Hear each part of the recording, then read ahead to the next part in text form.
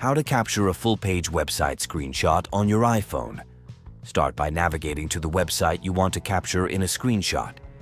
For demonstration purposes, let's consider using a news page.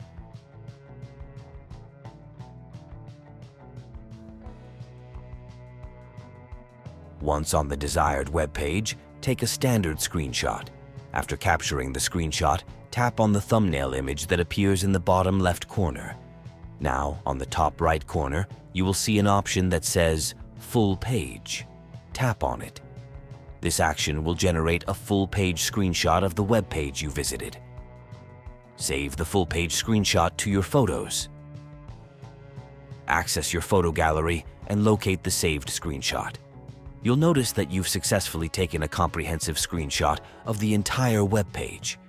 You can zoom in to explore the entire content of the website in a single image.